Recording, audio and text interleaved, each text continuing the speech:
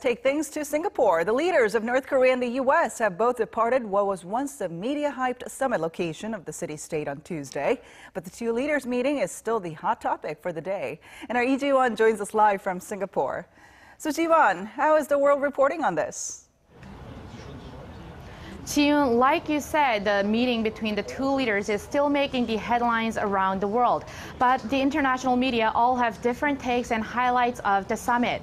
The Straits Times, a Singapore-based English newspaper, called the summit the first step on long road to peace. It also said that the two leaders signed a deal which promised Pyongyang's complete denuclearization of the peninsula, while the U.S. would provide it with security guarantees.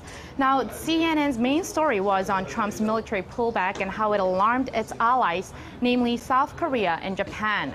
Now, China's state-run Xinhua news agency looked more towards the future, saying that the summit heralds a thaw in Pyongyang-Washington ties.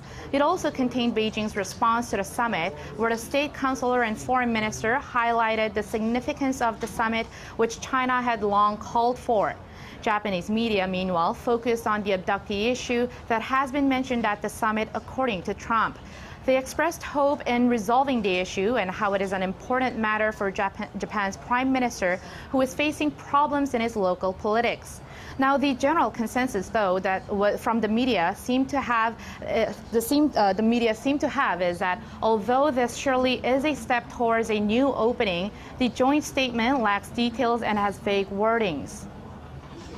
Now, Ji-yoon, both leaders have left, and we know that Kim Jong-un should have arrived in Pyongyang, but we have yet to receive any confirmation on Trump's touchdown over in Washington.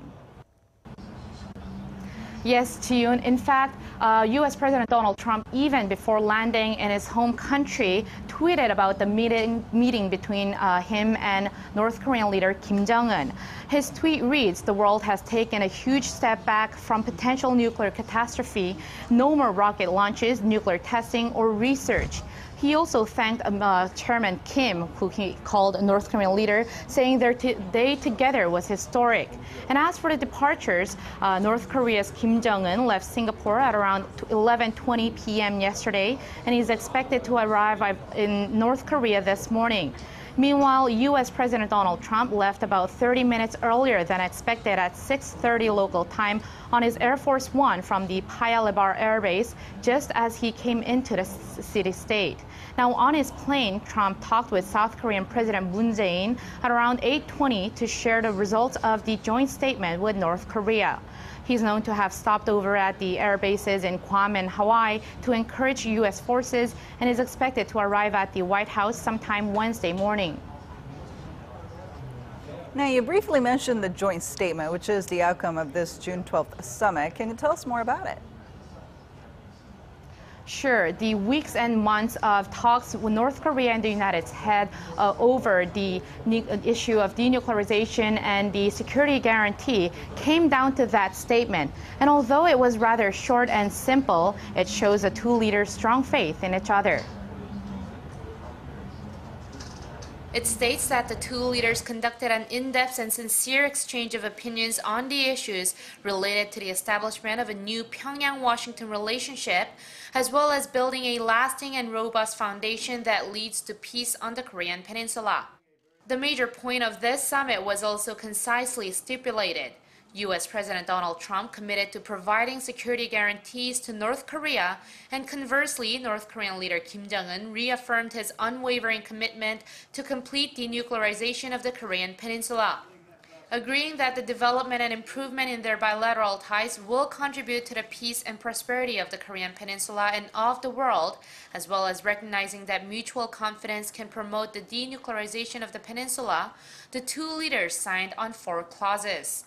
First, Pyongyang and Washington will commit to establish new relations in accordance with the desire of their respective peoples for achieving peace and prosperity.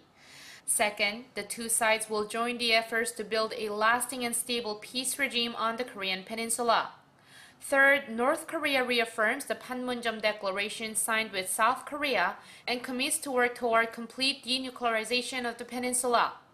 And finally, North Korea and the U.S. commit to recovering remains of prisoners of war and missing in action soldiers from the Korean War nearly 70 years ago, including the immediate repatriation of those already identified. Now, with the summit coming to a close, many media have left, and this International Media Center will also close tonight at 6 p.m. local time. But till then, we'll be here updating you on any latest news on the summit.